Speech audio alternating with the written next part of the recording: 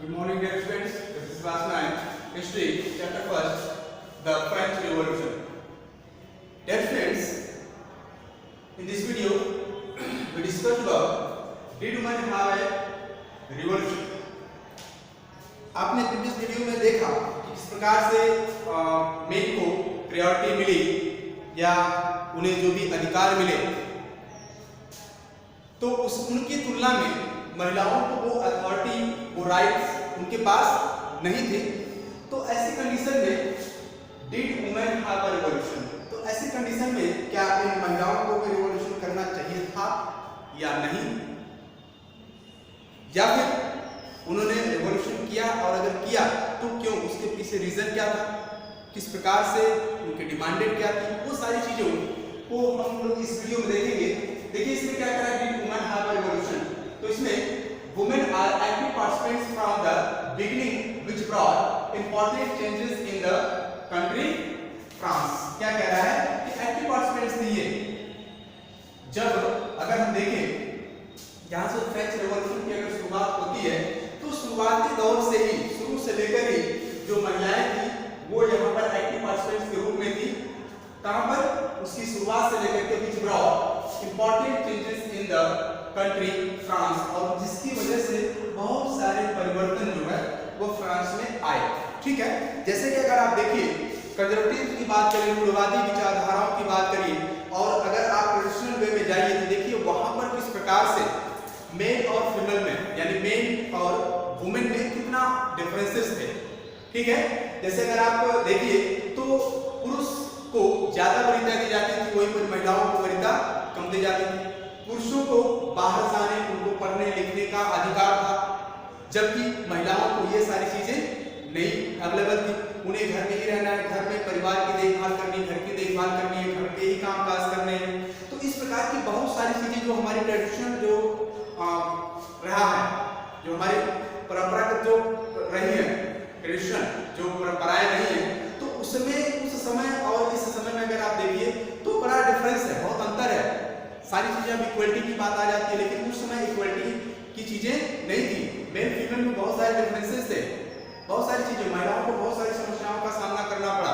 तो जिसकी वजह से क्या है कि इन लोगों ने भी आंदोलन किया, रिवॉल्यूशन किया, इन लोगों ने भी विद्रोह किया कि हमें भी वो अधिकार चाहिए, हम भी तो उन्हीं के जैसे काम कर रहे हैं।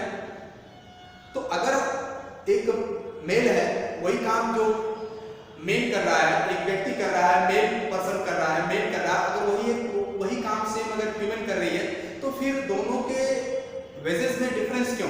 इस प्रकार की चीजें थी। पुरुष काम करता था, उसकी अपनी बेस, उसकी मजदूरी जो थी वो अलग हुआ करती थी। जो अगर वही महिला काम करती थी तो पुरुषों की अपेक्षा क्या महिलाओं को कम मजदूरी मिलती थी। तो ये बहुत सारे रीजन बने। तो उसमें क्या कह रहा है कि वुमेन पर active participants from the beginning which brought important changes in the country France, जिसकी वजह से क्या है बहुत सारे चेंजेस यहाँ पर आए फ्रांस में। देखिए नेक्स्ट पॉइंट में क्या कह रहा है, वुमेन फ्रॉम थर्ड स्टेट। जैसा कि आपने देखा जब हमने चैप्टर की शुरुआत की थी तो वहां पर क्या था कि स्टेट जो बचे हुए थे, first state, second state and third state. ठीक है, तो क्या कह रहा है कि women from third state had to work for a living and they did not have access to education or job training। अब यहाँ पर देखिए क्या कह रहा है, women from third state had to work for a living, यानी कि इन्हें अपना परिवार चलाने के लिए, अपने आप को या अपने परिवार को जीवित रखने के लिए, उनको चलाने के लिए क्या है कि इनको काम करना पड़ता था। किसको? महिलाओं को। And they did not have, इसके साथ साथ काम तो करना ही पड़ता था, उसके साथ क्या कह रहा है कि and they did not have access to education और जॉब ट्रेनिंग। अब यहाँ पर क्या है कि इन्हें पढ़ने लिखने का अधिकार जो था वो प्राप्त नहीं था, और नहीं वो कहीं पर काम कर सकती थी, जॉब ट्रेनिंग नहीं ले सकती थी। इस प्रकार की समाज में, सोसाइटी में इस प्रकार की परंपराएं विद्यमान थी उसमें। तो क्या कह रहा है, लिविंग काम तो करना पड़ता था उसके लिए। उसके बाद क्या कह रहा है, they did not have access to education. Education के लिए अगर हम शिक्षा की बात करें, ये उनको अधिकार नहीं था। जॉब ट्रेनिंग के लिए उनको कोई यानी ऑफिसेज वगैरह में जाकर वो काम नहीं कर सकती थी। इस प्रकार की समस्याएं उसमें थी। थर्ड पॉइंट में कह रहा है, daughters of nobles, daughters of nobles of the third state. Third state में भी नोबल्स पर्सन थे, तो daughters of nobles of the third state were allowed to study at a convent. ठीक है, जो थर्ड स्टेट में नोबल पर्सन थे उनकी डॉक्टर्स को कॉन्वेंट में जाकर के पढ़ने का परमिशन, जाकर के वहां पर पढ़ने की परमिशन उनको थी, अलाउडेड थी, वो वहां पर उनको अधिकार था, वो जाकर के कहां पर कॉन्वेंट में पढ़ सकती है। कौन? Doctors of the nobles. ठीक है, किसमें? थर्ड स्टेट के लोगों में। क्लियर? फोर्थ वन पॉइंट में क्या कहा है? Working women also had to care for their families.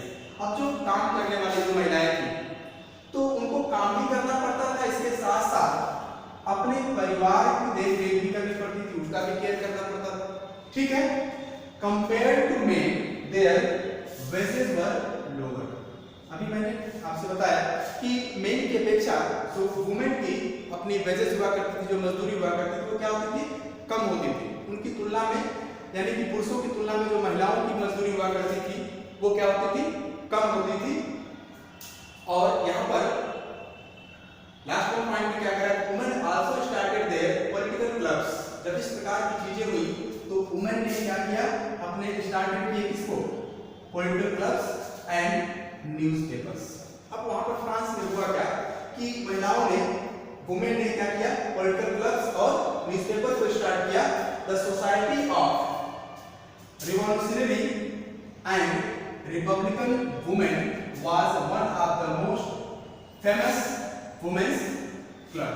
अब जब इन लोगों ने अपने पॉलिटिकल क्लब और न्यूज़पेपर स्टार्ट किए तो उसमें से society of the revolutionary and republican women, तो इनकी जो सोसाइटी बनी थी, किसकी? सोसाइटी ऑफ रिवॉल्यूशनरी, ये जो इनका एक अपना सोसाइटी बनी थी, और इसके बाद रिपब्लिकन वुमेन।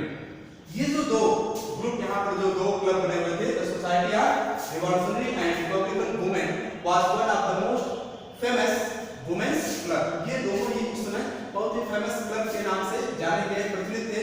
कहाँ पर? उस रिवॉल्यूशन में, जिसको हम कहते हैं क्या क्या? Women our revolution. तो अब ये तो थी, ये चर्चा किया हमने कि क्या इन्हें भी विद्रोह करने का या आंदोलन करने की जो चीजें हम बात कर रहे हैं, इन्होंने विद्रोह किया, क्यों किया? तो ये तो रीजन था कि क्या क्या परिस्थितियां थी जिसकी वजह से उनको विद्रोह करना पड़ा, रिवॉल्यूशन करना पड़ा, यहाँ पर उनको आंदोलन करना पड़ा। तो उसके पीछे रीजन क्या था? पहला रीजन इसमें ये आया कि इसमें वो एजुकेशन की बात आई कि एजुकेशन उनको नहीं मिल सकता, किसी जॉब करने के लिए वो नहीं जा सकती थी, वो ऑफिस वगैरह में जाकर के काम नहीं कर सकती थी।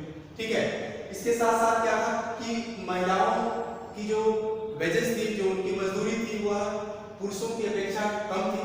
तो इस प्रकार की कई चीजें जो थी यहाँ पर, ये इनको रिवॉल्यूशन करने पर मजबूर करती है। अब हम लोग इसके बाद नेक्स्ट वीडियो में देखेंगे कि जब इन लोगों ने रिवॉल्यूशन किया, यहाँ पर वुमेन ने जब रिवॉल्यूशन किया, तो ये तो यहाँ पर हमने रीजन को देखा, रीजन के बाद उसमें कौन कौन से क्लब्स बने उसके बारे में देखा। अब हम इसके बारे में नेक्स्ट वीडियो में देखेंगे कि उनकी डिमांडेड क्या थी, उनकी मांग क्या थी, किस मांग को लेकर उन्होंने रिवॉल्यूशन किया, उन लोगों ने रिवॉल्यूशन क्यों किया, उनकी डिमांडेड क्या थी, इसके बारे में हम लोग नेक्स्ट वीडियो में पढ़ेंगे। That's all.